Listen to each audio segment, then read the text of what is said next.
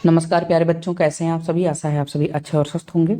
जैसा कि आप सभी को विदित है कि हमने पिछले वीडियो में कक्षा 10 का गणित का एक प्रतिदर्श प्रश्न पत्र, जिसे आप मॉडल पेपर बोल सकते हैं, 2023 बोर्ड के लिए, जो कि बहुत ही इंपॉर्टेंट है, इसको हम करवा रहे थे।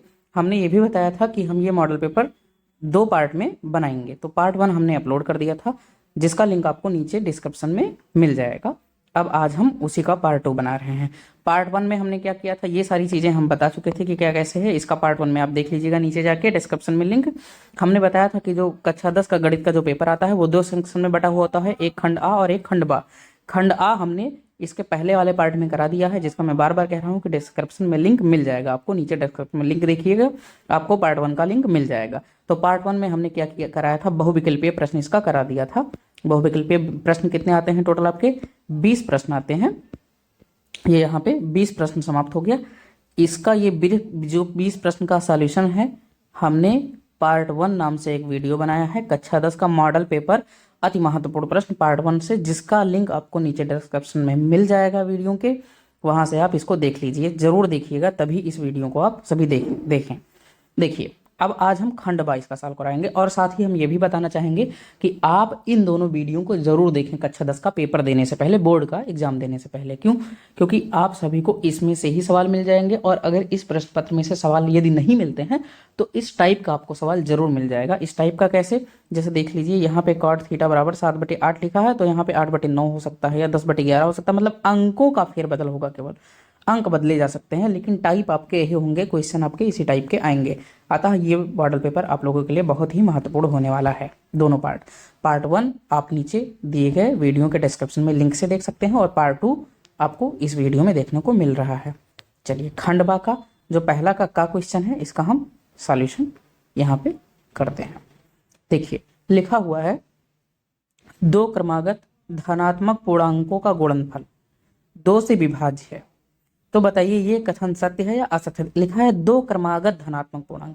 क्रमागत धनात्मक पूर्णांक कैसे होते हैं? ऐसे होते हैं जैसे, और 2 से विभाज्य है, तो 2 से विभाज्य है तो वो कम से कम, या देखिए, क्रमागत मतलब अगर धनात्मक पूर्णांक की बात कर रहा है, यानी ऋणात्मक संख्या तो लेनी ही नहीं है हमें। तो अगर हम 1 और 2 लें तो देखिए, क्रमागत धनात्मक पूर्णांक है कि नहीं? बिल्कुल है।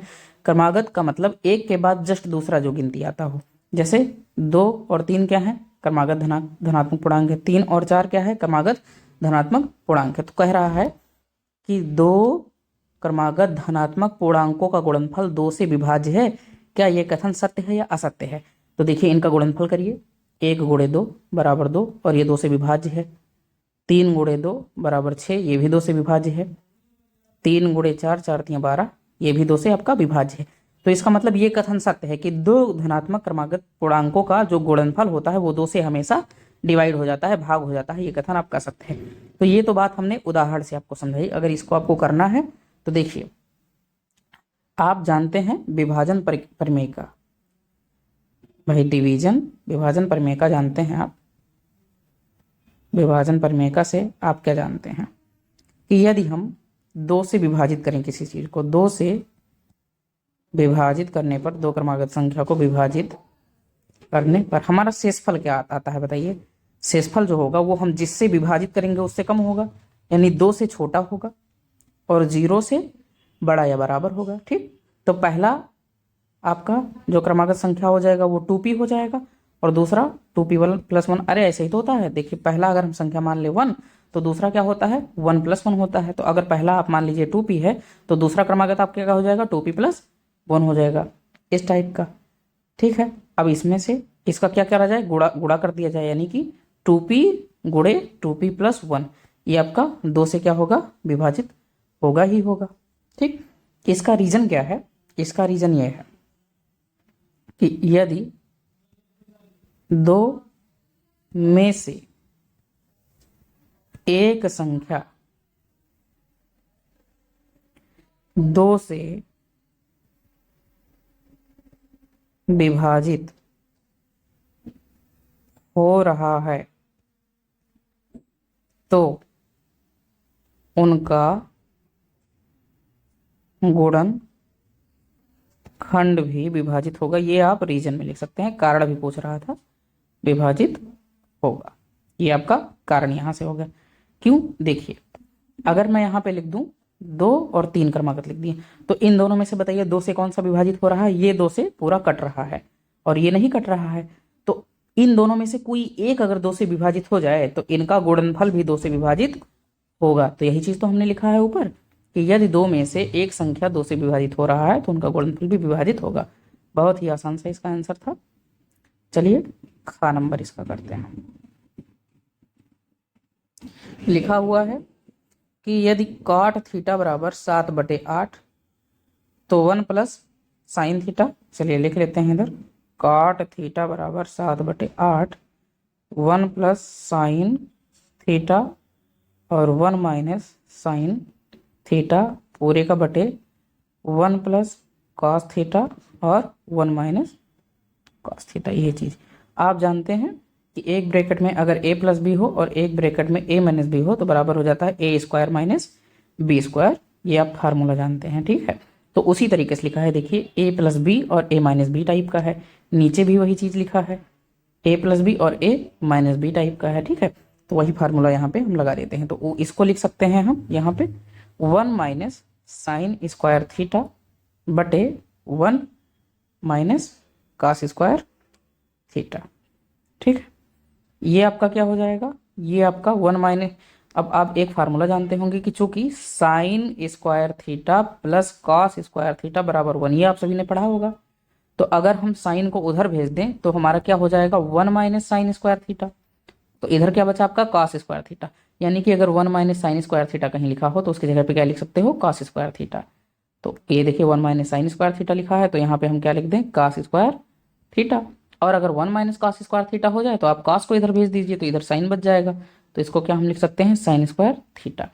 और इसको क्या लिख सकते हो आप? इसको ऐसा भी लिख सकते हो, कॉस थीटा बटे साइन थीटा का होल स्क्वायर।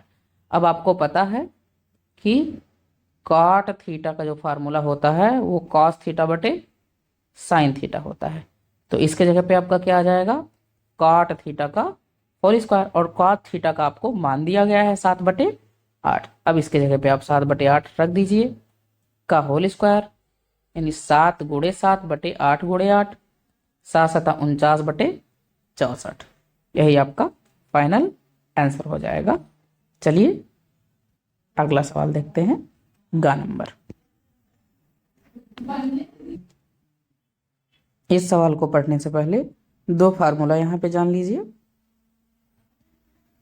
शंकु का जो आयतन का फार्मूला होता है वो होता है 1/3 पाई r स्क्वायर h, और जो बेलन का आयतन का फार्मूला होता है वो आपका होता है पाई r स्क्वायर h, ठीक है। अच्छा ये बताइए आप सभी कि मान लीजिए कोई आपके पास शंकु है, एक आपके पास शंकु है, ठीक है, और एक आपके पास बेलन है।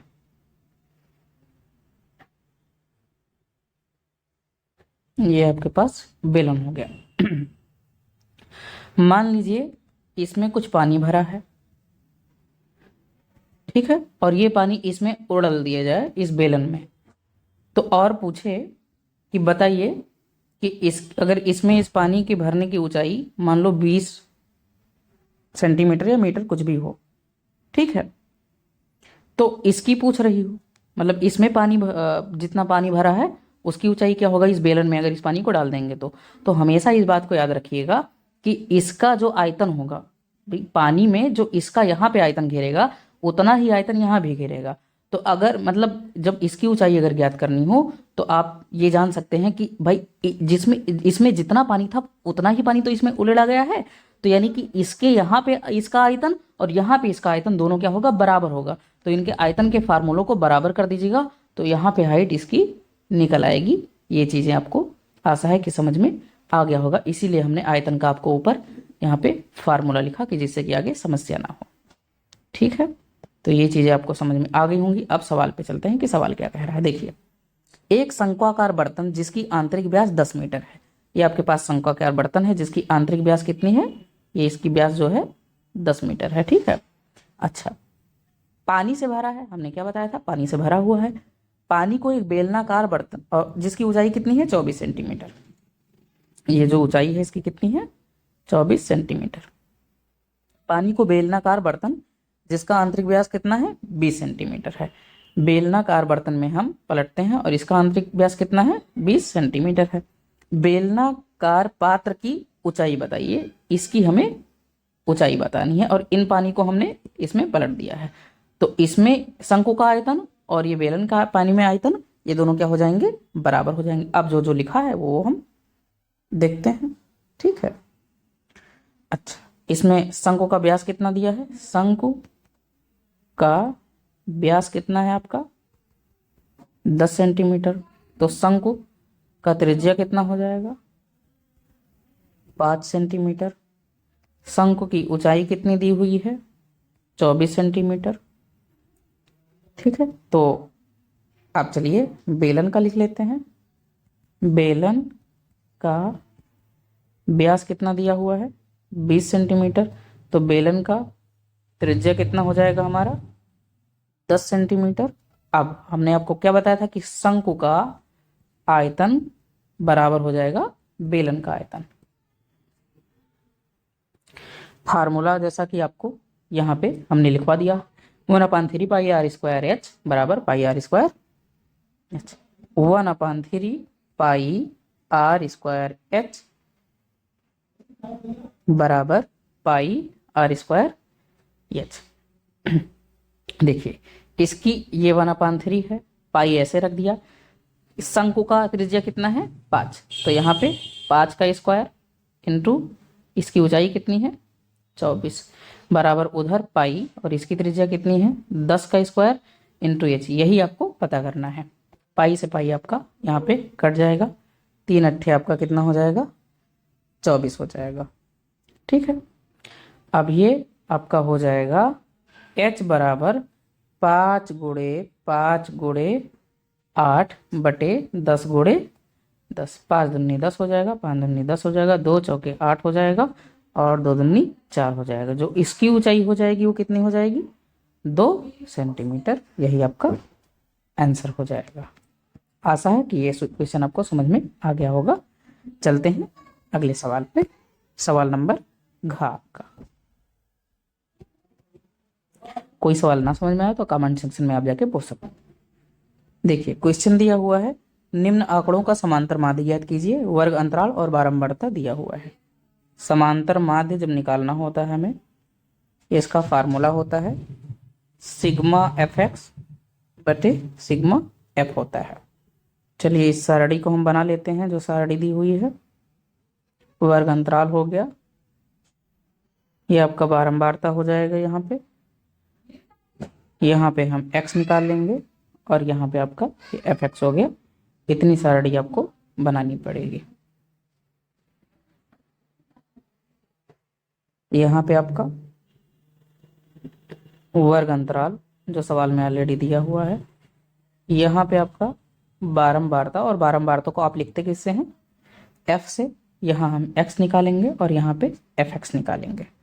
आपका वर्ग अंतराल 10 से 20 दिया हुआ है, ये सवाल में देखते रहिए आप सभी। यहाँ पे 10 से 20, फिर 20 से 30, 30 से 40, 40 से 50, 50 से 60, और 60 से 70। यहाँ पे 2 है बारंबारता, 7 है, 12 है, 15 है, 8 है, और 6 है, ठीक है। अब x निकालना है। कैसे निकालेंगे, देखिए ये जो आपका वर्ग अंतराल दिया है, इन दोनों को जोड़ के और 2 से आपको डिवाइड कर देना है। जैसे देखिए 10 और 20 कितना हो जाएगा, 30, और 30 को आप 2 से डिवाइड करोगे तो कितना आ जाएगा, 15। यही आपकी x की वैल्यू हो जाएगी। ऐसे आप दूसरे वाले में करेंगे, 30 और 20 50, 50 का आधा करेंगे तो 25, 40 और 30 70, 70 का आधा करेंगे तो आपका कितना हो जाएगा, 35। फिर 90 का आधा आप कितना करेंगे तो हो जाएगा 45। फिर 60 और 50 110, 110 का आधा करेंगे तो कितना हो जाएगा आपका 55। उसके बाद 130 का आधा करेंगे तो कितना हो जाएगा आपका 7 6 13, 130 का आधा तो यहाँ पे आपका ये हो जाएगा 65। इतनी चीज़ें आपको समझ में आ गई होंगी। अब देखिए एफ एक्स क्या करना है, एफ और एक्स को गुणा कर दीजिए। तो देखिए यहाँ पे 15 दूना आपका कितना हो जाएगा, 30 हो जाएगा। ऐसे गुणा करके सारा लिख दीजिए। तो ये हमने गुणा कर लिया। 15 का 2 से करेंगे तो इतना आ जाएगा, 25 का 7 से करेंगे तो 175 आ जाएगा, 35 का 12 से करेंगे 420 आ जाएगा, 45 का 15 से करेंगे 675 आ जाएगा, 55 का 8 से करेंगे 440 आ जाएगा, और 390 65 का 6 से करेंगे तो आपका 390 आ जाएगा। अब देखिए फार्मूले के हिसाब से आपको सिग्मा एफ एक्स निकालना था। सिग्मा एफ एक्स का मतलब ये जो एफ एक्स का मान है, जो सारे मान आए हैं, इसको क्या कर दिया जाए, जोड़ दिया जाए। तो देखिए हमने जोड़ के लिख लिया है 2130। उसके बाद सिग्मा एफ का मतलब होता है कि एफ का जितना मान है उन सबको क्या कर लीजिए, उसको भी आप जोड़ लीजिए। तो इन सारे मानों को हमने क्या कर लिया है, जोड़ लिया है। इसका मान आया है 50। अब हम समांतर माध्य वाले फार्मूले में रख देते हैं, हमें समांतर माध्य मिल जाएगा। समांतर माध्य बराबर सिग्मा एफ एक्स बटे सिग्मा एफ, यानी कि 2130 बटे 50। 0 से 0 गया कट, और 5 को 213, 5 से 213 को कट करेंगे आप, तो आपका आ जाएगा 42.6। ये आपका समांतर माध्य आ जाएगा। यही आपका आंसर हो जाएगा। चलिए अगले सवाल को हल करते हैं।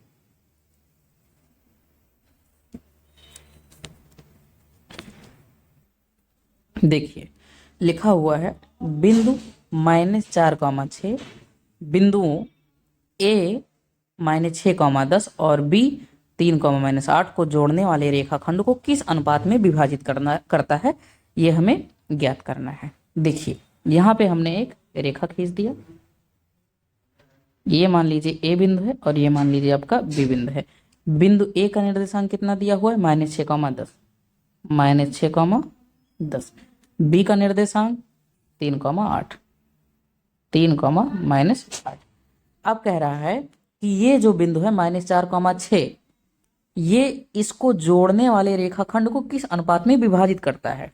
तो मान लीजिए इस बिंदु का नाम P है और इसका निर्देशांक कितना है, -4,6, और इसको यम अनुपात यन में विभाजित करता है।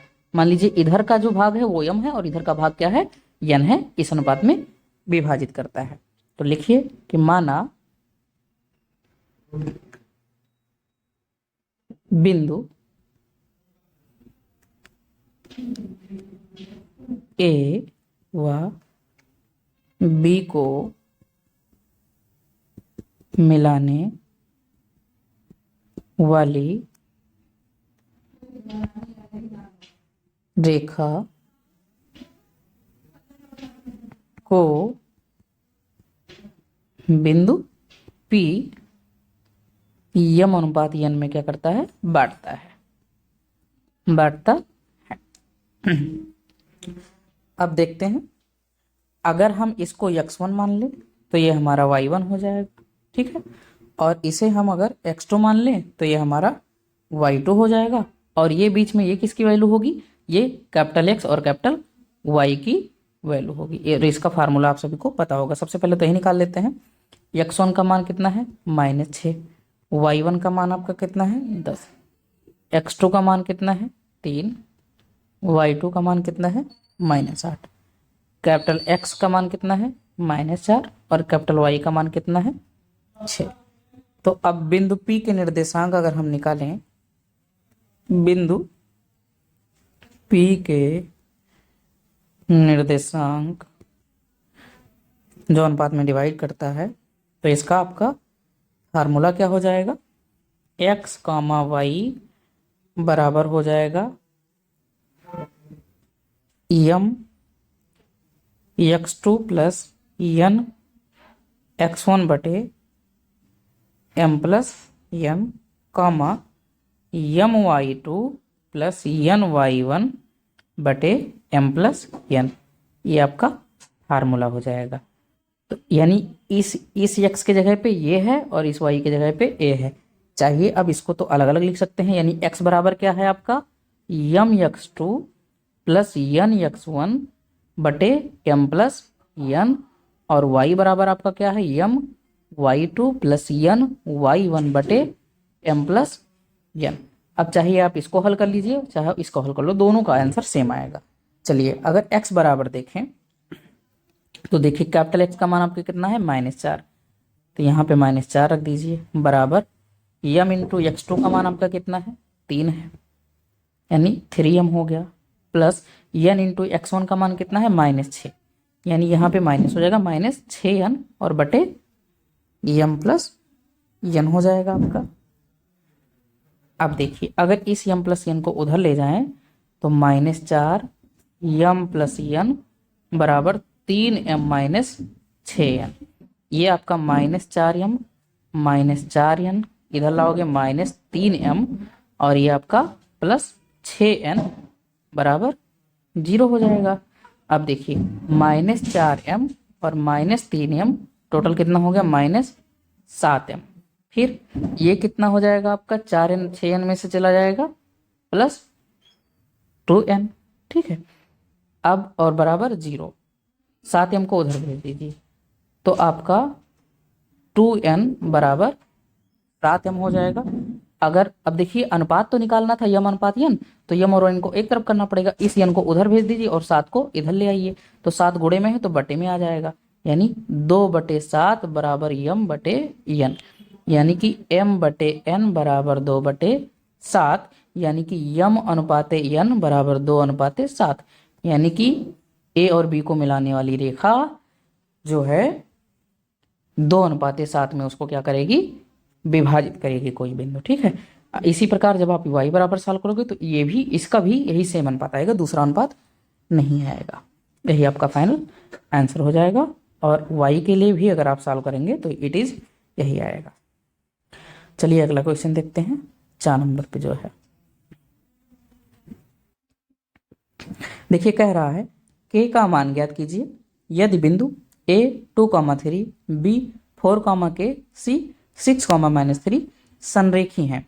आप सभी को पता है कि अगर 3 बिंदु होते हैं कहीं पे भी तो उन तीनों बिंदुओं को अगर आपस में मिलाओ तो क्या निर्माण होता है, एक त्रिभुज का निर्माण होता है, और अगर त्रिभुज का निर्माण होता है तो उसका कुछ क्षेत्रफल होगा, ये अंदर का कुछ भाग होगा, इसका कुछ वैल्यू निकलेगा। और यहाँ पे कह रहा है कि हमारे 3 बिंदु तो हैं a और b और c 3 बिंदु हैं, लेकिन ये क्या है, संरेखी हैं। संरेखी का मतलब एक ही लाइन में है ऐसे। अब इन तीनों को मिलाओगे तो एक रेखा बन जाएगा, यानी एक त्रिभुज का ये रूप नहीं लेगा। तो अगर त्रिभुज का क्षेत्रफल जो यहाँ पे हो जाएगा वो क्या हो जाएगा, 0 हो जाएगा। आशा है ये बात आपको समझ में आया होगा।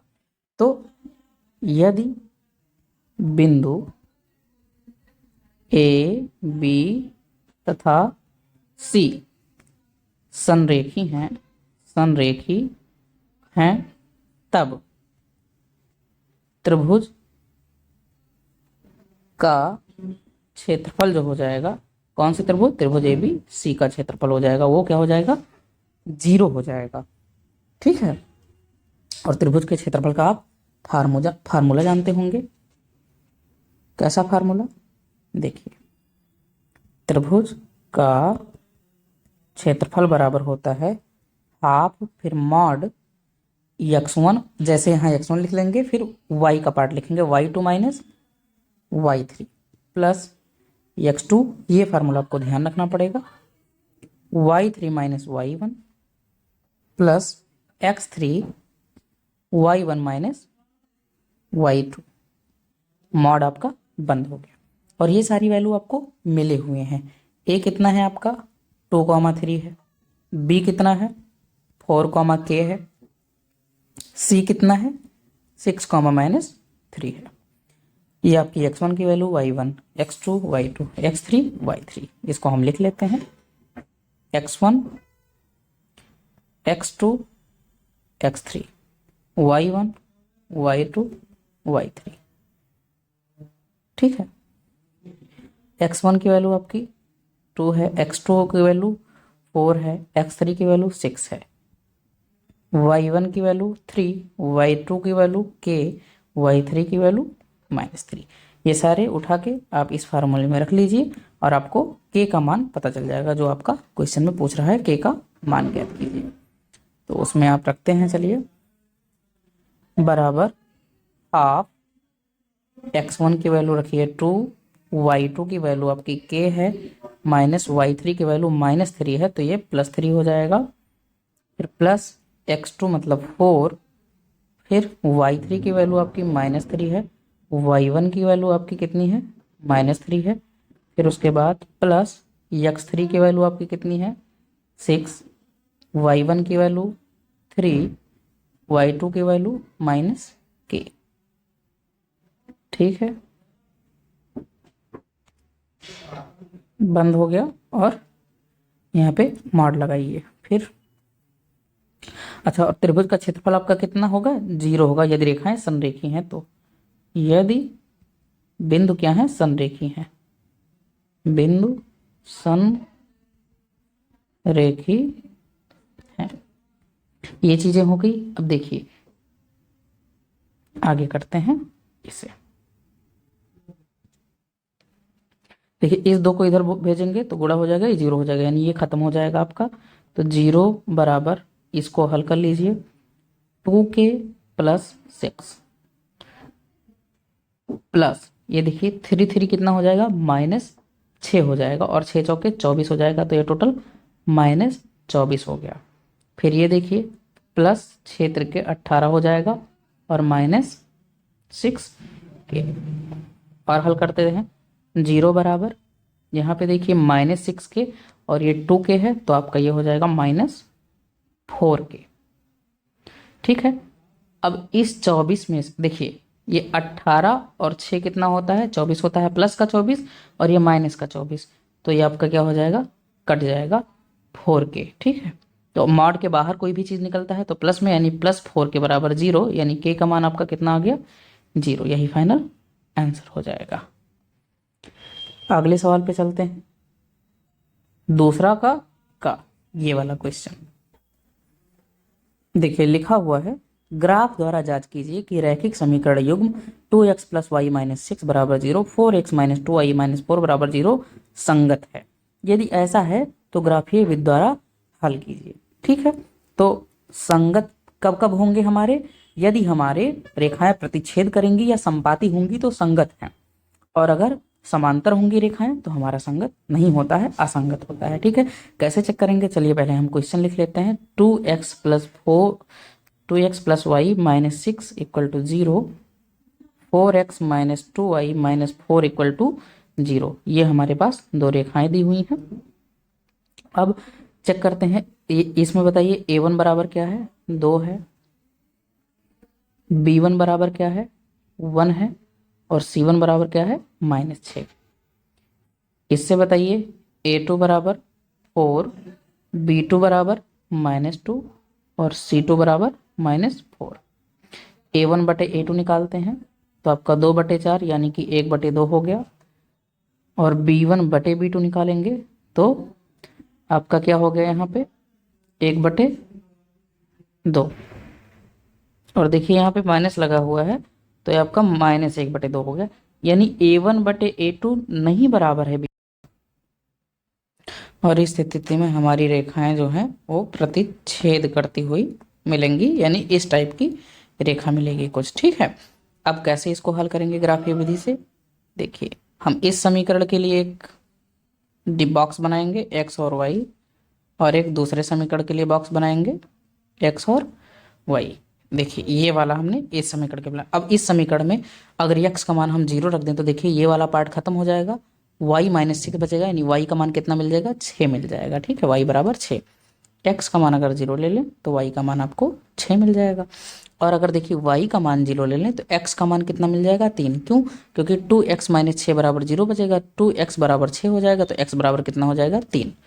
तो अगर हम y का मान 0 ले लें तो x बराबर कितना मिल जाएगा, 3। ये चीज़ें हो गई इस समीकरण के लिए। देखिए आपको यहाँ पे हल करना सीखना है तो सीखिए। अब इस समीकरण के लिए ले रहे हैं, ठीक है। अब यहाँ पे आप बिल्कुल ऐसा मत समझिए कि उस तरह पढ़ाया जाए, यहाँ पे आपको सीखना है जी एग्जाम में आपको काम आ जाए। अब देखिए यहाँ पे अगर हम x बराबर 0 ले लें तो y का मान कितना मिलेगा, देखिए -2y बराबर -4 बराबर 0, उधर ले जाएंगे 4 को तो +4 हो जाएगा, -t से +4 कटेगा तो आगे कितना बचेगा, 2 बचेगा, और -2 बचेगा। अब अगर y बराबर 0 ले लें इस समीकरण में तो ये पद खत्म हो जाएगा, 4x बराबर 4 हो जाएगा, यानी x बराबर 1 मिल जाएगा आपको। ठीक है, अब इसी से ग्राफीय विधि से हल करने के लिए ये आपके पास एक ग्राफ पेपर है, इस पे आप प्लॉट करके हल कर सकते हैं। ये आपका एक्सिस हमने बना दिया,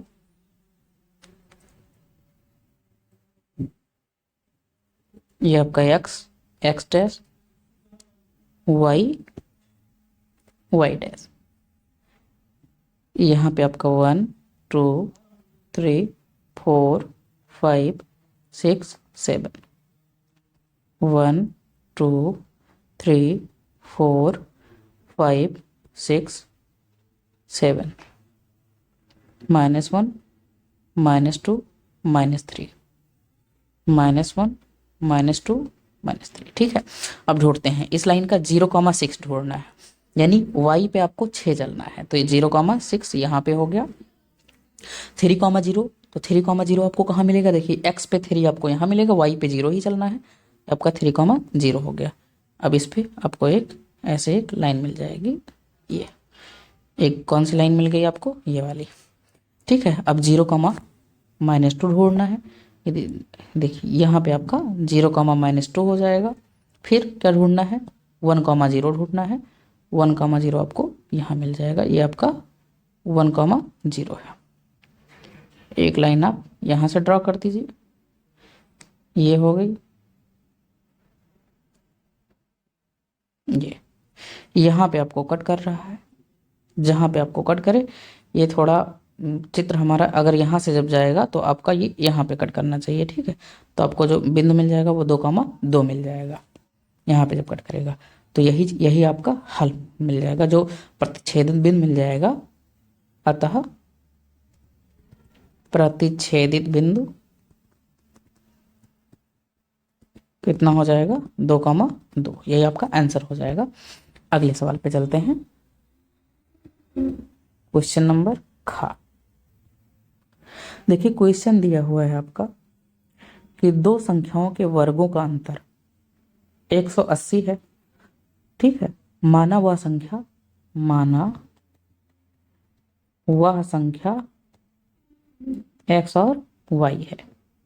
तो इनके वर्गों का अंतर देखिए, तो x का स्क्वायर वर्ग कर दिया, y का स्क्वायर वर्ग कर दिया, अंतर निकालेंगे तो 180। ये समीकरण फर्स्ट कह रहा है छोटी संख्या का वर्ग बड़ी संख्या का 8 गुना है। तो इसमें बड़ी संख्या मानना, तो माना छोटी संख्या मान लेते हैं पहले, माना बड़ी संख्या x, बड़ी संख्या तथा छोटी संख्या क्रमशः x तथा y है। ठीक है, अब देखिए आगे क्या लिखा हुआ है, छोटी संख्या का वर्ग यानी कि y का वर्ग, बड़ी संख्या वर्ग बड़ी संख्या का 8 गुना है। बड़ी संख्या आपका कितना है? x, और इसका 8 गुना। ये समीकरण सेकंड। अब y स्क्वायर बराबर 8x है, इसका मान क्या रख दीजिए? समीकरण फर्स्ट में। y स्क्वायर बराबर 8x समीकरण फर्स्ट में रखने पर तो x स्क्वायर माइनस 8x बराबर 180, x square minus 8x minus 180 बराबर 0। ठीक है, अब देखिए यहाँ पे इसका गुणनखंड करिए। इसका गुणनखंड आप करेंगे तो 18 धाम 180, एक्स स्क्वायर माइनस 18 माइनस 10 करेंगे तो 8 बचेगा। x माइनस 180 बराबर 0, x square minus 18x minus 10x plus 10x minus 180 बराबर 0। एक कॉमन लेंगे, x माइनस 18 हो जाएगा, प्लस 10 कॉमन ले लेंगे, x माइनस 18 हो जाएगा बराबर 0। x माइनस 18 एक ब्रैकेट में, x प्लस 10 एक ब्रैकेट में बराबर 0 हो जाएगा। एक आपको x बराबर 18 मिल जाएगा, एक x बराबर माइनस 10 मिल जाएगा। तो x बराबर 18 आप ये वाला लेंगे प्लस संख्या, यही आपका आंसर हो जाएगा फाइनल। अब x बराबर 18 आप यहाँ रख दीजिए तो आपको संख्या ये वाली y वाली भी पता चल जाएगी। x का मान फर्स्ट में रखने, सेकंड में रखने पर y स्क्वायर बराबर कितना था? 8x था। y स्क्वायर बराबर 8 गुणे 18, ये y स्क्वायर बराबर 144 हो गया। y बराबर अंडर रूट 144, y बराबर आपका 12 हो जाएगा, और x बराबर आपका कितना आया है? 18 हमने पॉजिटिव संख्या लिया है, तो दोनों संख्याएं हमें मिल गई। यही दोनों संख्याएं ज्ञात कीजिए, यही आपका फाइनल आंसर हो जाएगा। अगला सवाल देखते हैं, क्वेश्चन नंबर गा। देखिए गा में आपको पेंसिल प्रकार पटरी की सहायता लेनी पड़ेगी। हम यहाँ पे बनाना सिखा देते हैं आपको कैसे क्या करना है। देखिए गा क्वेश्चन में लिखा हुआ है आपके कि 4 सेंटीमीटर त्रिज्या के एक वृत्त पर 6 सेंटीमीटर त्रिज्या के एक संकेंद्रीय वृत्त के किसी बिंदु से एक स्पर्श रेखा की रचना करनी है। संकेंद्रीय वृत्त का ये मतलब होता है कि ऐसे दो वृत्त खींचना है आपको कि जिसके बिंदु जो हैं, जिसके केंद्र क्या हो, एक ही हो। तो केंद्र जब एक ही होगा तो आपके वृत्त कैसे होंगे, एक वृत्त ऐसे होगा, एक वृत्त ऐसे ऊपर होगा। इसको हम संकेंद्रीय वृत्त कहते हैं। कि संकेंद्रीय मतलब कि कॉमन बिंदु हो, जिन दोनों वृत्तों का केंद्र एक ही हो। ठीक है, तो देखिए 4 सेंटीमीटर त्रिज्या का एक वृत्त खींचना है, फिर 6 सेंटीमीटर त्रिज्या का एक वृत्त खींचना है। तो 6 वाला यानी कि बड़ा होगा, 4 वाला छोटा होगा। 4 सेंटीमीटर त्रिज्या, तो ये हमने एक वृत्त खींचा, इसकी त्रिज्या कितनी है, 4 सेंटीमीटर है। ठीक है, ये वृत्त जो हम खींच रहे हैं ये आपका 4 सेंटीमीटर त्रिज्या का है। यहाँ पे अगर इसका वो है बिंदु, और एक हमें 6 सेंटीमीटर त्रिज्या का वृत्त खींचना है, कॉमन बिंदु यही बिंदु से। ये आपका यहाँ पे 4 सेंटीमीटर त्रिज्या हो गया, और ये वाला कितना है, ये आपका 6 सेंटीमीटर की त्रिज्या का वृत्त है, संकेंद्रीय वृत्त हो गया। अब आगे देखिए संकेंद्रीय वृत्त, अब आगे यहां से पढ़िए, एक संकेंद्रीय वृत्त के किसी बिंदु से, संकेंद्रीय वृत्त के किसी बिंदु से मतलब ये जो ऊपर वाला जो बड़ा वाला आपका वृत्त है, इससे किसी बिंदु पे। तो यहाँ पे कोई बिंदु ले लीजिए, मान लीजिए यहाँ पे एक बिंदु है P। ठीक है, एक स्पर्श रेखा की रचना करनी है हमें और उसकी लंबाई निकालनी है। अब स्पर्श रेखा कैसे खींचेंगे, तो देखिए ये हमने जो P खींचा है, इस P को इस बिंदु से हम क्या करेंगे, मिलाएंगे। ये हमने मिला दिया। अब इसका हमें अर्धक करना है। अर्धक कैसे करेंगे, आप इस बिंदु से आधे से अधिक दूरी लीजिए और इधर चाप लगाइए और यहाँ पे चाप लगाइए, फिर इस बिंदु से उसी दूरी से इधर और इधर चाप लगाइए। इस तरह एक रेखा का अर्धक होता है। ठीक है, अब प्रकार और वो नहीं हमारे पास इस समय उपस्थित है, नहीं तो हम उससे बता देते। इस तरह आपको करना है, लेकिन जहां तक है आप सभी ये बात जानते होंगे।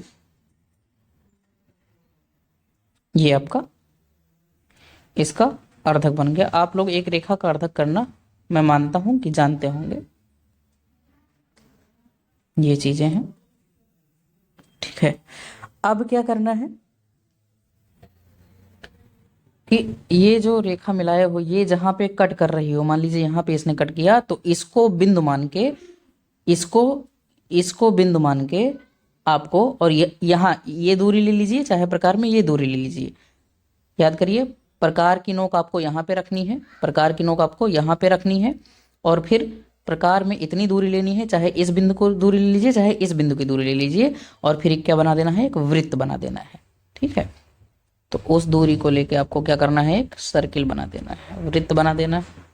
ये हम वृत्त बना दिए उस दूरी को लेके।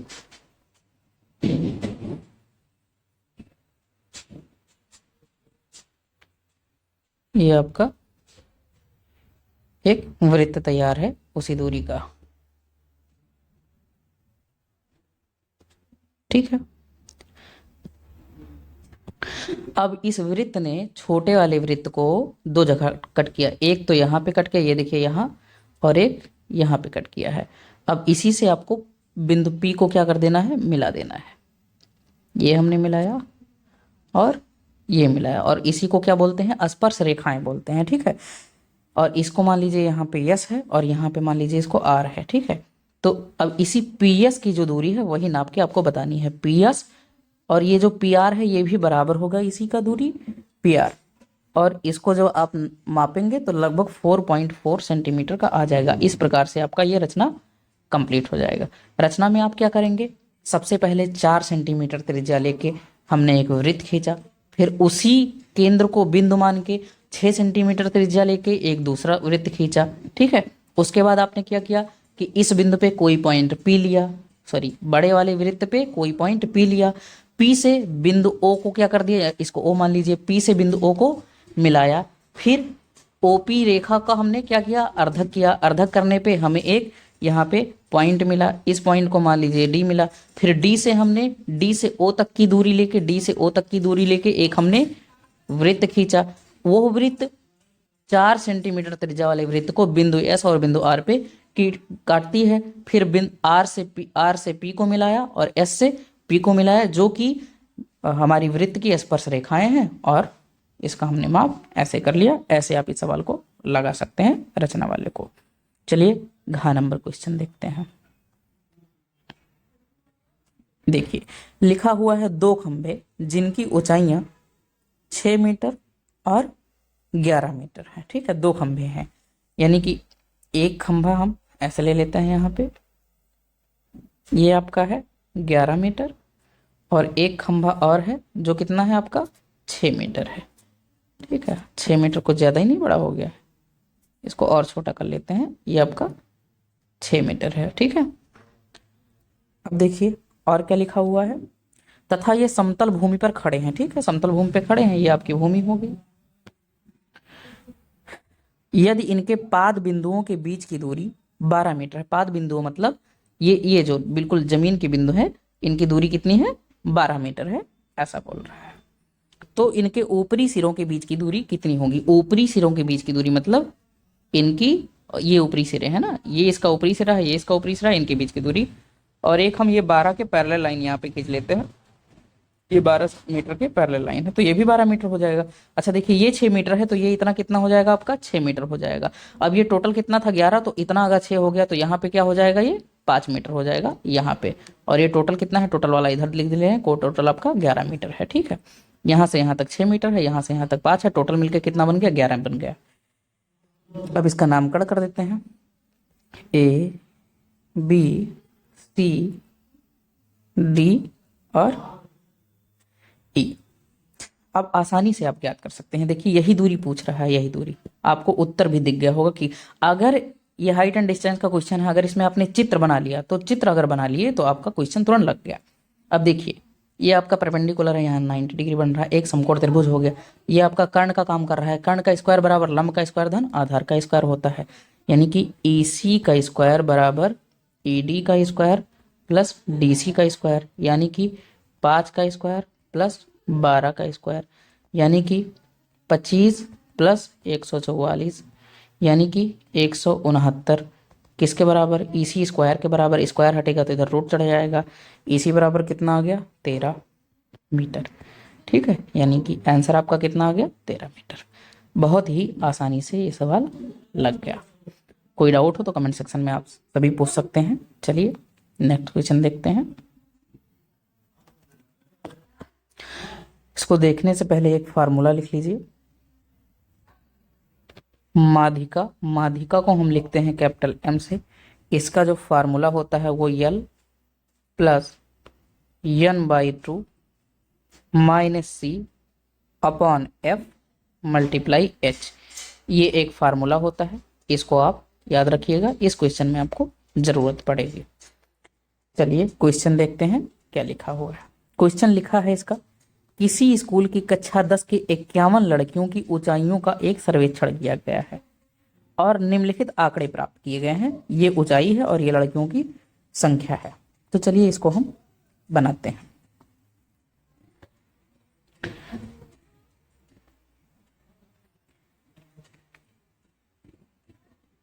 यहाँ पे आपकी ऊंचाई दी हुई है और यहाँ पे आपकी लड़कियों की संख्या, लड़कियों की संख्या का मतलब जो संख्या होता है उसी को आप बारंबारता बोल देते हो। ठीक है, और बारंबारता को लिखते किससे हो, F। उसके बाद एक चीज इसमें हम और ड्रा करेंगे, संचयी बारंबारता, जिसको हम CF बोलते हैं। इसको हिंदी में आप संचयी बारंबारता लिख लीजिएगा अपने नॉलेज के लिए। ये हमने इतने बना लिए। चलिए पहला आपका क्या दिया है, 140 से कम, 140 से कम के हाइट के लड़कियों की संख्या कितनी है, 4 है।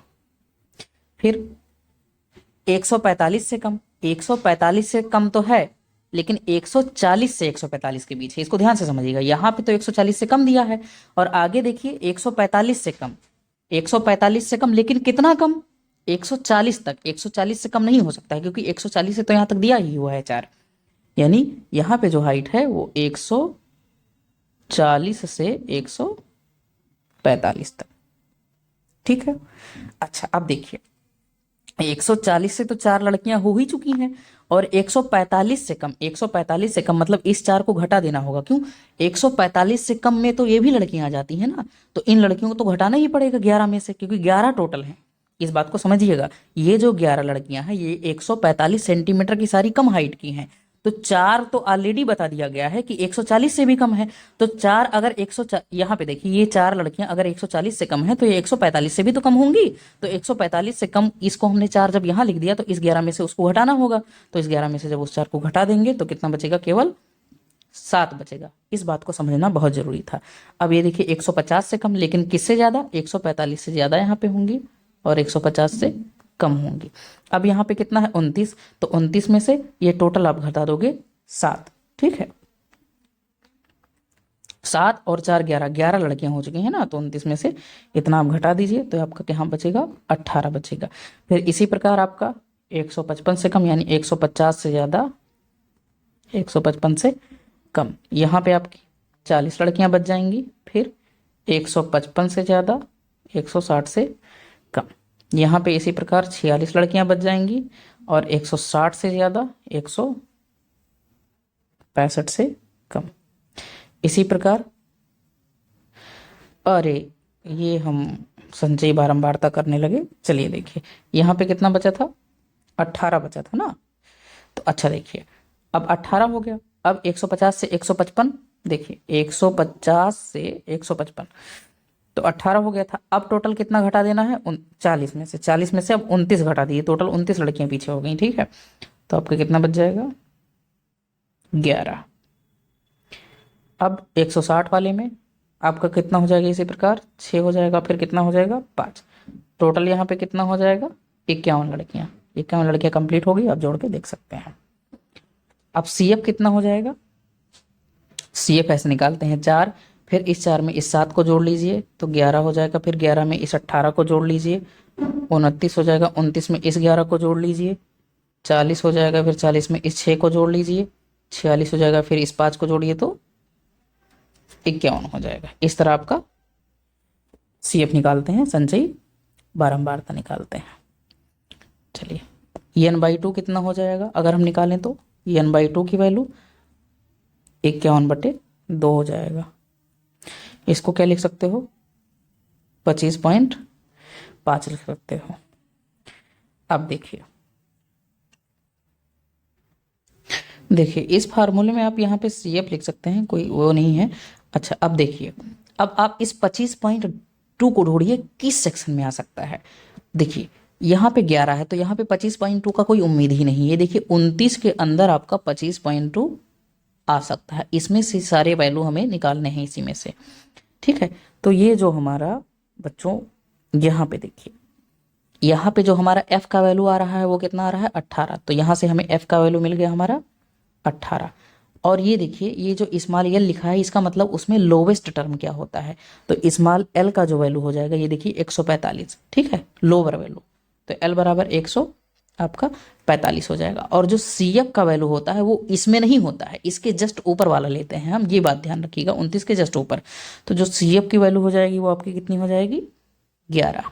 ठीक है, अब आपकी H की वैल्यू देखनी है, तो H की वैल्यू तो देखिए सब में कितना डिफरेंट है, 5 का। देखिए 140 से 145, 145 से 150, 150 से 155, यानी H हाइट कितनी हो जाएगी इसकी, 5 हो जाएगी, जो कॉमन है लगभग L का, F का, CF का, H का। L, F, CF, H और n/2 की वैल्यू, सारी वैल्यू हमें मिल गई। अब फार्मूले में आप रख दीजिए, m बराबर 145 प्लस 25.5 माइनस 11/18 गुणे 5। इसको आप सभी जब हल करेंगे तो आपका आ जाएगा 149.03। ये आंसर हो जाएगा, इसे आप हल कर सकते हैं, यही फाइनल आंसर हो जाएगा। अगले सवाल पे चलते हैं। क्वेश्चन इसका है चा। चा को भी लगाने से पहले एक माध्यक का फार्मूला देख लीजिए।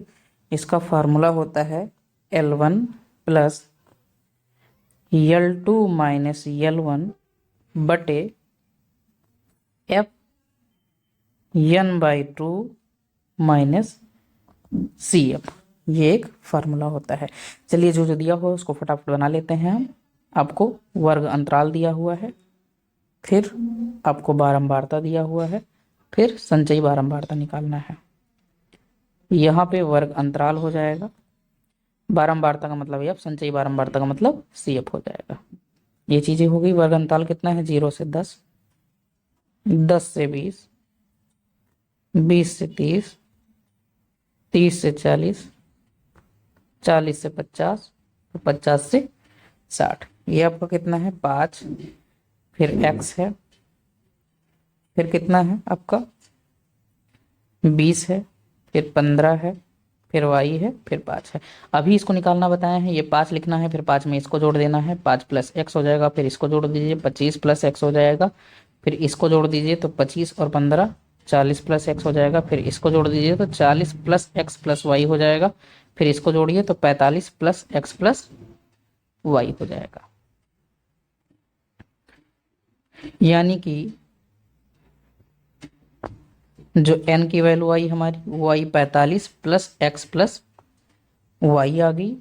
N/2 की वैल्यू क्या आएगी? 45 प्लस x प्लस y आ जाएगी। ठीक है। अब देखिए 45 प्लस x प्लस y आपको कहाँ मिलने का संभावना है? आपको यहाँ पे मिलने का संभावना है। ये हम दूसरे से बना देते हैं। ये चीजें आपकी यहाँ पे हो जाएंगी। ठीक है। तो देखिए इसमें L1 आपका क्या हो जाएगा? 20 हो जाएगा। L2 आपका क्या हो जाएगा? 30 हो जाएगा। F का वैल्यू आपका क्या है? 20 है। और ये किसका वैल्यू हो जाएगा? CF का हो जाएगा। L1 L2 F और CF। L1 L2 F और CF मिल गया। N/2 का वैल्यू आपको मिला ही है। सीधे आप फार्मूले में रख दीजिए। माध्यक बराबर 20 प्लस 30 माइनस 20 बटे 20, 45 प्लस x प्लस वाई बटे 2 माइनस 5 प्लस x, ये वाला हो जाएगा। ठीक है। ये चीजें हो गई। ये 20 आपका हो गया, प्लस ये 1/2 हो जाएगा। 1/2, 30 में से 20 घटाएंगे 10 हो जाएगा, और 10 दूना 20, 1/2 आ गए। ये चीजें हो जाएंगी। 45 plus x plus Y minus 10 और माइनस 2x और पूरे का बटे ये आपका 2 हो जाएगा। फिर आपका इधर, और देखिए माध्यक कितना दिया हुआ है? 28.5। ये देखिए बंटन का माध्यक कितना दिया है? 28.5 ऑलरेडी दिया हुआ है। बराबर 20 plus 1/4, 35 plus y minus x। ये चीजें हो गई। फिर इसको थोड़ा और सॉल्व करेंगे तो आपका आ जाएगा x माइनस वाई बराबर 1। इसको समीकरण 1 मान लीजिए। अब देखिए, ये देखिए 45 प्लस x प्लस वाई बराबर क्या दिया हुआ है? n। चूंकि 45 प्लस x प्लस वाई बराबर कितना दिया हुआ है? n। ठीक है। और इसमें इस क्वेश्चन में थोड़ा और बढ़ा लीजिएगा। इस क्वेश्चन में यह है कि बारंबारताओं का योग कितना है? 60 है। हो तथा बारंबारताओं का योग 60 हो, यहां पे भरना है। ठीक है। इसका योग रियलिटी में कितना दिया हुआ है? 60 दिया हुआ है। तो n बराबर हम क्या लिख सकते हैं? 60। अब अगर आप इसको हल करेंगे तो आपको एक दूसरा इक्वेशन मिल जाएगा। x प्लस वाई, 45 को उधर ले जाएंगे तो माइनस 45, 60 में से 45 घटाएंगे तो 15। ये समीकरण आपको 2 हो जाएगा। अब समीकरण फर्स्ट एंड सेकंड को जब आप हल करेंगे तो आपको x का मान जो मिल जाएगा वो 8 मिल जाएगा, और y का जो मान मिल जाएगा वो कितना मिल जाएगा, 7 मिल जाएगा। और यही मान आपको ज्ञात करना था, x और y का मान। अगला सवाल देखते हैं, तीसरा।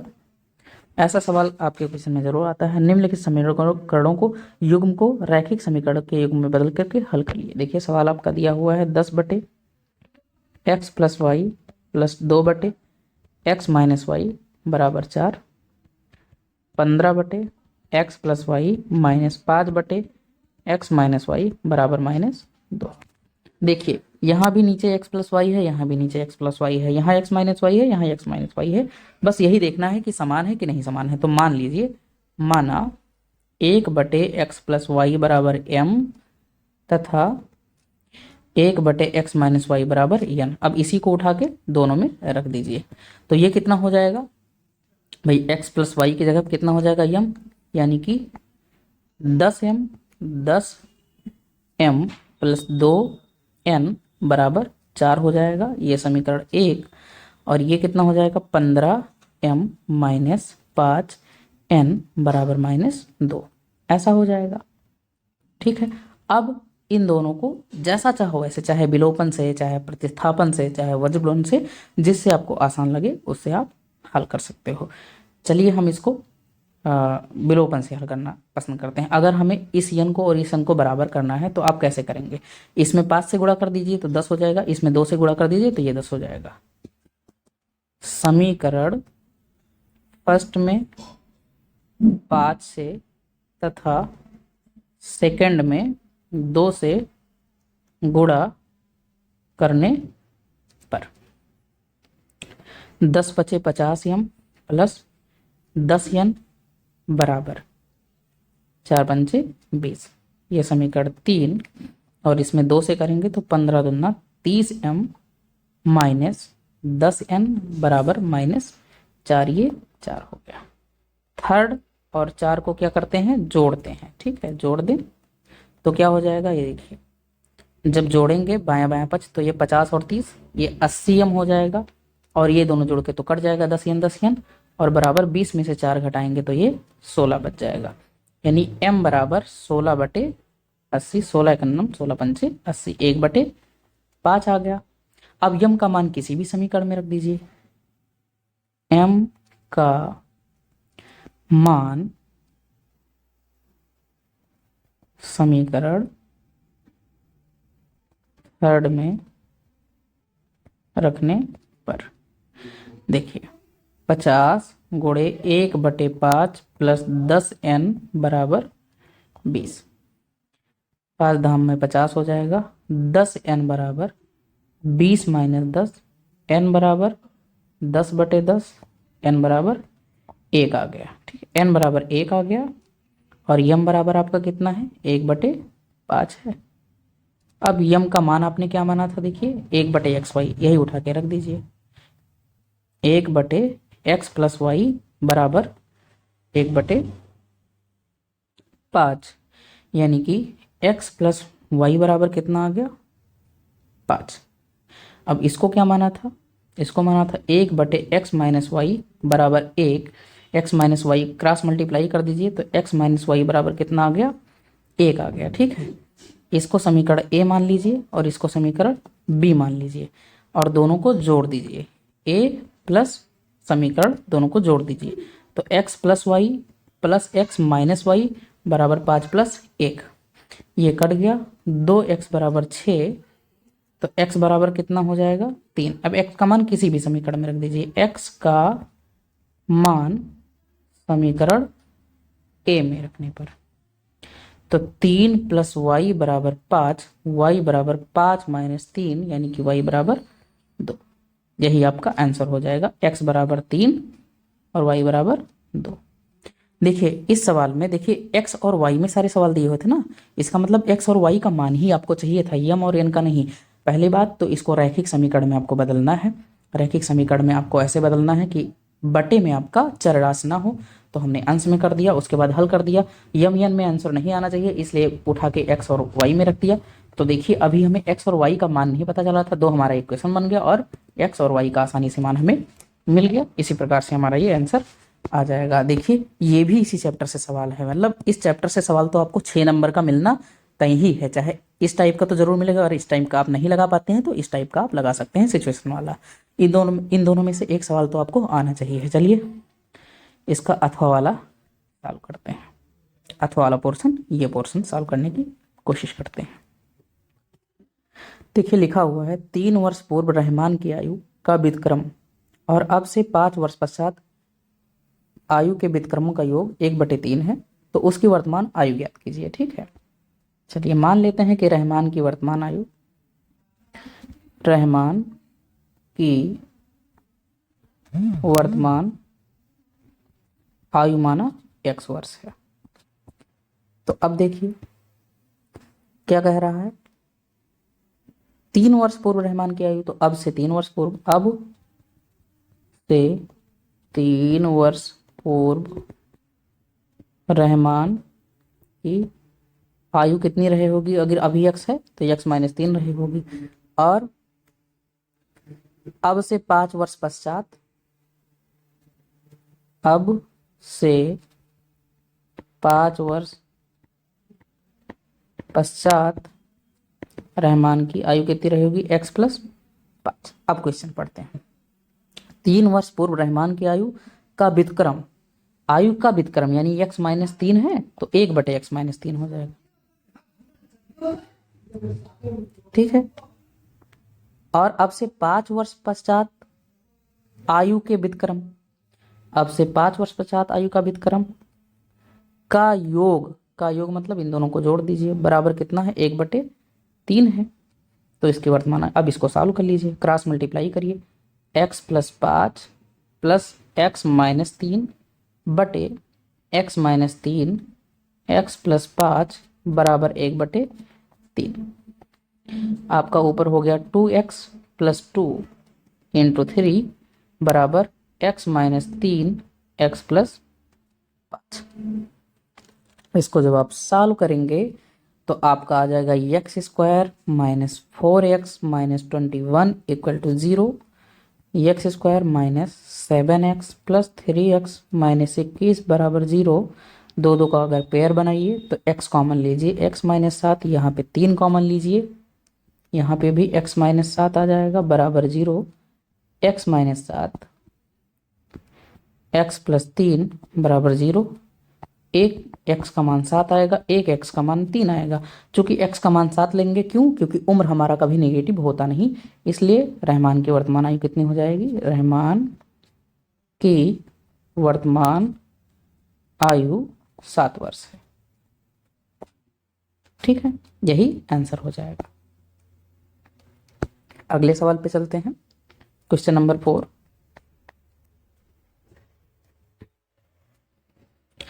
क्वेश्चन नंबर 4 में लिखा हुआ है, एक बहुमंजिल भवन के शिखर से देखने पर 8 मीटर ऊंचे भवन के शिखर, तो मान लीजिए ये आपका बहुमंजिल भवन है जिसकी ऊंचाई मान लेते हैं h मीटर है, और सामने एक 8 मीटर ऊंचा भवन है, इसको आप देखते हो। ठीक है, और इसका हम ऐसे मिला देते हैं इसको, तो लिखा हुआ है हाँ, 8 मीटर ऊंचे भवन के शिखर और तल के अवनमन कोण क्रमशः 30 और 45 है। तो इसका शिखर यहाँ पे है, तो इसको जरा हम ऐसे मिला देते हैं। तो इसके यहाँ ऊंचाई से इसका अवनमन कोण मतलब वहां से यहाँ नीचे, यहाँ तल का अवनमन कोण हो गया, और ये इसकी ऊपरी सतह पे अवनमन कोण हो गया। क्रमशः कितना है, 30 और 45 है। ये 30 हो गया और यहाँ पे आपका ये 45 हो गया। हमने पहले 30 क्यों लिखा है, देखिए पहले शिखर का नाम ले रहा है, शिखर पे कितना है 30 और तल पे कितना है 45, इसलिए हमने ऐसा लिखा है। ये आपका A B C D P हो गया। अच्छा चलिए इसको हम पैरेलल ऐसे बनाते हैं, इसको, ये आपका पैरेलल हो गया, और ये मान लीजिए यहाँ पे क्यों है। ठीक है, तो एकांतर कोण की वजह से ये देखिए आपका, अगर ये 45 है तो यहाँ पे ये टोटल कितना हो जाएगा, आपका 45 हो जाएगा, और केवल इतना कितना हो जाएगा, इसकी वजह से अगर हम पैरेलल खींचें तो ये कितना हो जाएगा, इधर 30 है तो इधर भी ये 30 हो जाएगा। चलिए अब इसको करना क्या है, बहुमंजिल भवन की ऊंचाई यानी कि एच का मान ज्ञात करना है और दो भवनों के बीच की दूरी ज्ञात करनी है। ठीक है, ये वाली दूरी ज्ञात करनी है और ऊंचाई ज्ञात करनी है।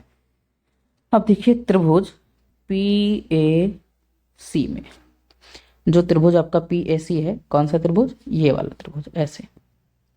तो इसमें अगर हम tan 45 ले लें बच्चों, tan 45, तो tan का 45 का मान क्या होता है, लंब बटे आधार होता है। लंब आपका कितना है, पीसी है, और आधार कितना है, एसी। ये लंब आपका पीसी है और ये आधार एसी है। पीसी का मान हमने क्या मान रखा है, एच, तो एच और एसी का मान मान लीजिए ये कितना है, एक्स, तो एच बटे एक्स। और tan 45 का मान कितना होता है, 1, 1 बराबर एच बटे एक्स, तो एक्स बराबर कितना हो जाएगा हमारा, एच हो जाएगा। ये समीकरण 1 मान लीजिए। अब त्रिभुज पी बी डी में,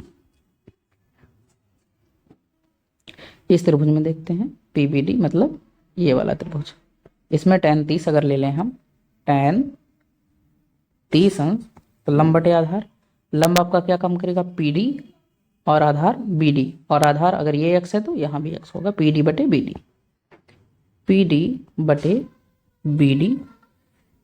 30 का मान 1/√3 होता है, बराबर पीडी बटे एक्स हो जाएगा, यानी कि x बराबर कितना हो जाएगा, PD√3। अच्छा, ये बताइए PC बराबर क्या होगा। PC बराबर हम PD प्लस DC लिख सकते हैं। ये देखिए, इस PC को हम क्या लिख सकते हैं, इस PD और DC को जोड़ दें तो ये PC के बराबर आ जाएगा, वही चीज़ हमने लिखा है।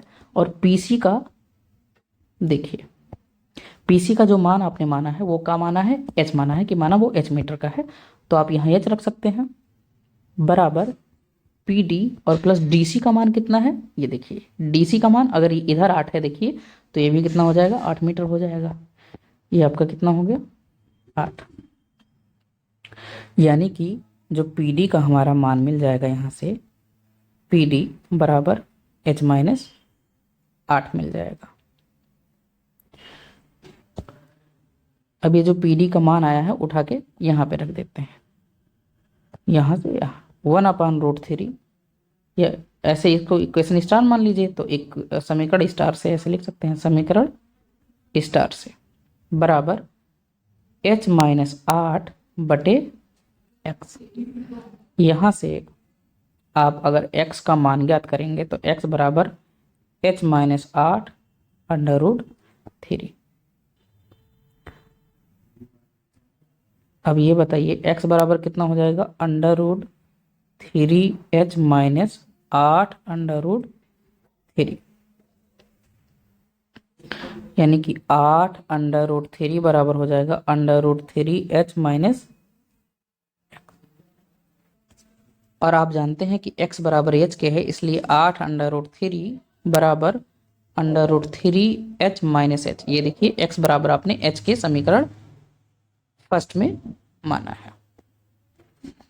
तो अगर यहाँ से h कॉमन ले लीजिए तो 8/√3 बराबर h कॉमन ले लिया तो √3 माइनस 1, यानी h का मान हो गया 8/√3 बटे √3 माइनस 1। साइड में गुणा कर दीजिए तो √3 प्लस 1 ऊपर हो जाएगा, √3 प्लस 1 नीचे हो जाएगा, यानी टोटल आ गया ऊपर आपका 8/√3 प्लस 1, और नीचे आपका √3 का स्क्वायर 3 और माइनस 1 यानी कि 2 आ जाएगा। h बराबर आपका 8 3 24 प्लस 8√3 बटे 2 आ जाएगा, यानी h बराबर 12 प्लस 4/√3। ये आपका हाइट आ गया, और यही आपकी उन दोनों के बीच की दूरी होगी। x बराबर भी 12 प्लस 4/√3 होगा। यही दोनों दूरियां हमें ज्ञात करनी थी। और √3 का अगर यहाँ पे आप मान रख देंगे, देखिए जैसे दिया हुआ है √3 का मान, नहीं ये हम लगा रहे थे, अब अथवा वाले पोर्शन में देखते हैं। नेक्स्ट क्वेश्चन देखिए क्या लिखा हुआ है, लिखा है भूमि के एक बिंदु P से 10 मीटर ऊंचे भवन के शिखर का उन्नयन कोण। चलिए भूमि का एक बिंदु हम मान लेते हैं यहाँ पे P से एक 10 मीटर ऊंचे भवन, तो P से एक यहाँ पे मान लीजिए कोई 10 मीटर ऊंचा भवन है, ठीक है, और P से हम इसको मिला देते हैं। तो इसका क्या कह रहा है, उन्नयन कोण, ये आपका 10 मीटर है, इसका उन्नयन कोण कितना है 30 अंश। उन्नयन मतलब ऊपर यहाँ पे बन जाएगा ऐसे ये, ठीक है। अच्छा, भवन के शिखर पर एक ध्वज को लहराया गया है और P से ध्वज के शिखर का उन्नयन कोण कितना है 45 है। ये आपका भवन हो गया और यहाँ पे एक ध्वज लहराया गया है, इसकी ऊंचाई मान लेते हैं h और इसको मान लेते हैं q, और इसका जो उन्नयन कोण है इससे कितना है 45 है, ये टोटल 45 है और ये कितना बताया गया है 30, ये आपका 30 बताया गया है और यहाँ 45 पूरे का हो गया। ये हमारा लगभग चित्र कंप्लीट हो गया। ये आपका 10 मीटर है और इसको हम a मान लेते हैं, इसको हम o मान लेते हैं और ये आपका p है ही है। चलिए त्रिभुज AOP में देखते हैं क्या मिलता है हमें।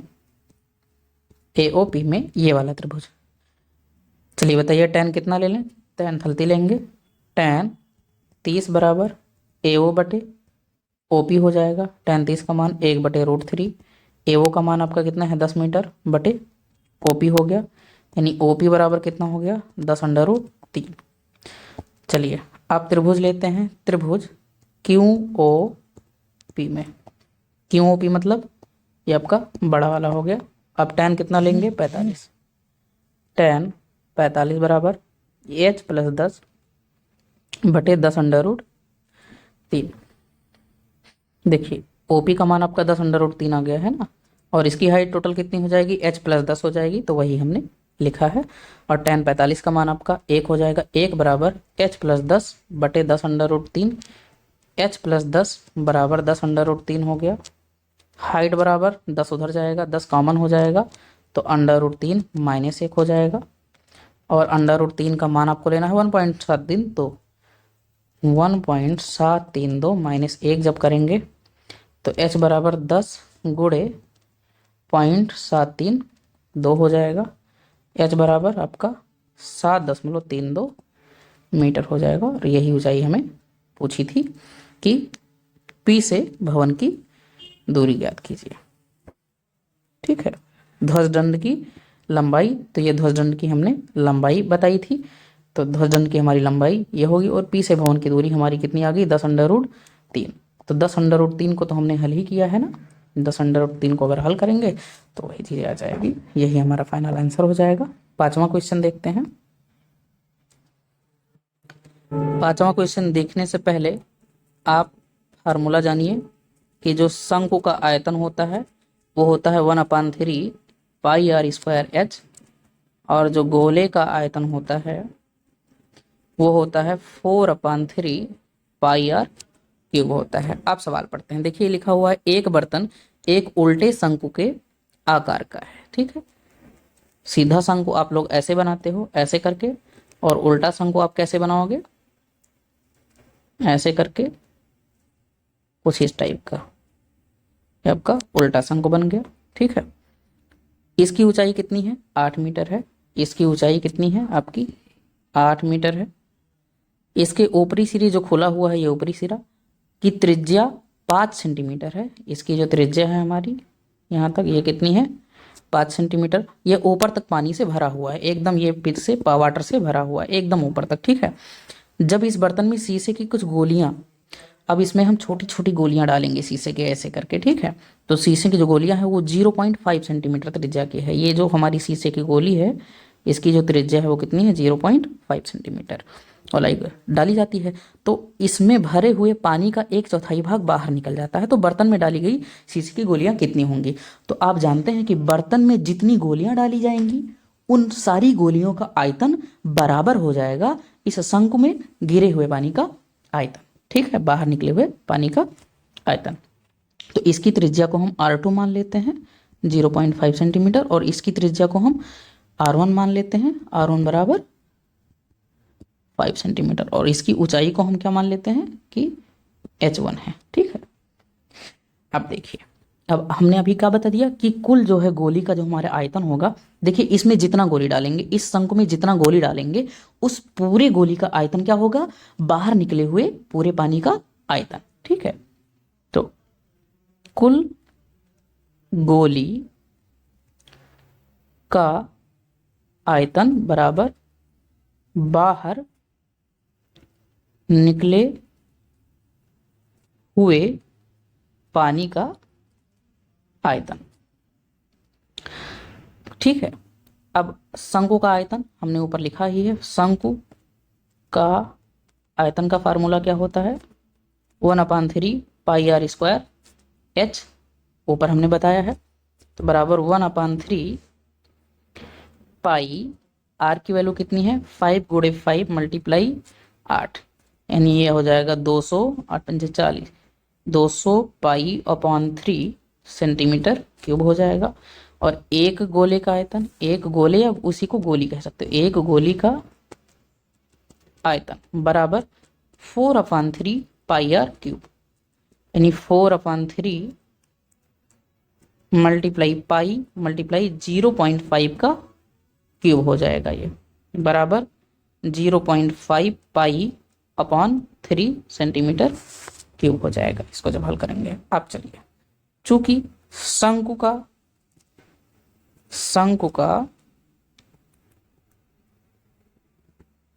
1/4 आयतन कितना होगा बताइए, क्या कह रहा है यहाँ पे, देखिए बर्तन डाली, यहाँ पे 1/4 भाग बाहर पानी निकल जाता है, तो शंकु का 1/4 आयतन कितना होगा, तो शंकु का आयतन कितना निकला है, 200 पाई बटे 3, तो 200 पाई बटे 3 और 1/4 मतलब 1/4 से इसको गुणा कर दीजिए, और बराबर मान लीजिए कि टोटल कितनी गोलियां हैं, n गोलियां डाली गई, तो n गोली का आयतन हो जाएगा, n गोली का आयतन। ये बात यहाँ पे समझने वाली है भाई, एक गोली का आयतन तो इतना है और कई गोलियां डाली गई हैं, तो माना कि n गोलियां डाली गई हैं, ठीक है, तो शंकु का 1/4 पानी निकला है। पानी कब 1/4 निकला है, कि जब हमने n गोलियां डाली होंगी, तो शंकु का 1/4 भाग का आयतन बराबर n गोलियों का आयतन, तो n गोलियों का आयतन n गुणे, तो इधर हो गया आपका 200 पाई बटे 3 गुणे 1/4 और बराबर n का आयतन n गुणे एक गोली का आयतन 0.5 पाई अपॉन 3।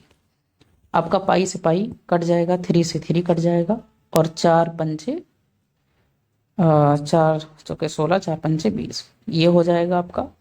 फिर इसको उधर ले जाएंगे इस बात को, ठीक है, तो आपका टोटल n का मान आ जाएगा 100 जवाब, यानी कि टोटल कितनी गोलियां डाली जाएंगी, 100 गोलियां आपकी डाली जाएंगी।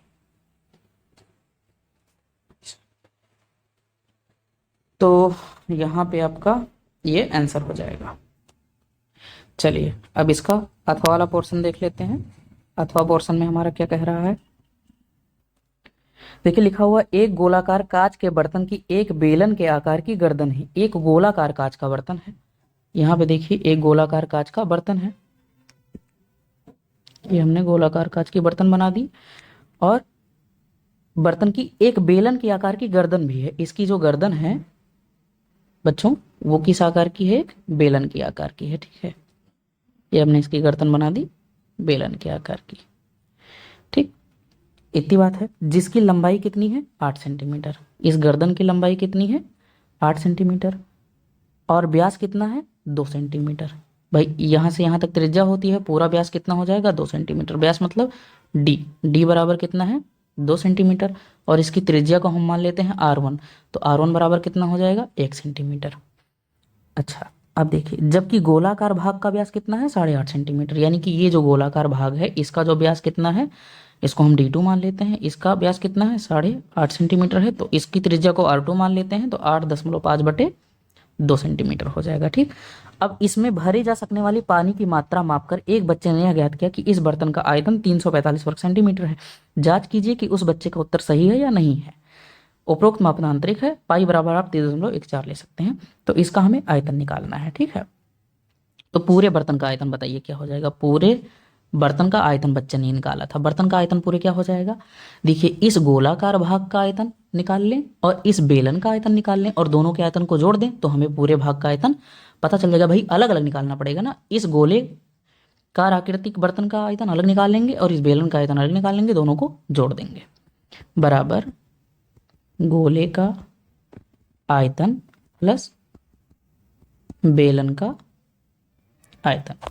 गोले का आयतन का फार्मूला 4/3 पाई आर क्यूब होता है, लेकिन गोले के त्रिज्या को हमने क्या माना है, R2 माना है, तो R2 क्यूब हो जाएगा, प्लस बेलन का आयतन पाई R स्क्वायर एच होता है, तो इसके R को हमने R1 माना है, तो R1 स्क्वायर एच हो जाएगा। वैल्यू रख दीजिए 4/3 पाई, इसका है 8.5/2 का स्क्वायर हो जाएगा, प्लस पाई इसका कितना है, 1 का स्क्वायर मल्टीप्लाई 8।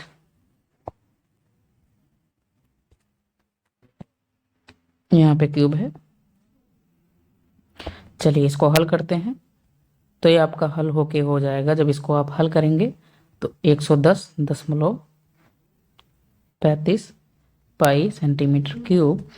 अब 110.35 गुणे इसका 3.14 करेंगे सेंटीमीटर क्यूब, तो इसको जब हम गुणा कर लेंगे तो 346.499 सेंटीमीटर क्यूब। ये हमारा जो आया है वो बर्तन का आयतन आया है, पूरे बर्तन का आयतन। और बच्चे ने कितना निकाला था, देखिए बच्चे ने जो निकाला है वो निकाला है 345 और हमारा कितना आया है 346। तो जो बच्चे का मापन है वो सही नहीं है, हमारा मापन सही है, तो यह उत्तर सही है, यह उत्तर सही है। देखिए हम आपको मेथड बता रहे हैं, ये छोटा छोटा गुणा भाग आपको करना सीखना पड़ेगा बच्चों, क्योंकि अगर ये गुणा भाग हम यहाँ पे कर देंगे तो मान लीजिए यहाँ पे आप कर लोगे, लेकिन आप एग्जाम में कैसे करोगे, तो इसीलिए हम डायरेक्ट गुणा करके ऑलरेडी जानते हैं इसको, और हम गुणा करके डायरेक्ट यहाँ पे आंसर लिख लेते हैं जो आंसर आता है। अब इसको आप गुणा करने सीखना है, आप रफ उठाइए और इसको गुणा करके देखिए कि इसको कैसे ला पाते हैं। गुणा आपको करना है कि आपके कैसे मेथड से आते हैं। तो ये चीज़ें हो गई, ये पेपर का आज आपका खंड खा भी समाप्त हो गया। पार्ट 1 जो इसके देखिए, इस पेपर को फिर से देखिए, यहाँ पे आपका पार्ट 1 था। पार्ट 1 में आपके ऑब्जेक्टिव क्वेश्चन आते हैं, ऐसे 4 ऑप्शन में से कोई एक ऑप्शन सही होगा। ये पार्ट 1 में हमने कराया है इस मॉडल पेपर के। पार्ट 1 का लिंक आपको नीचे डिस्क्रिप्शन में दे दिया जाएगा।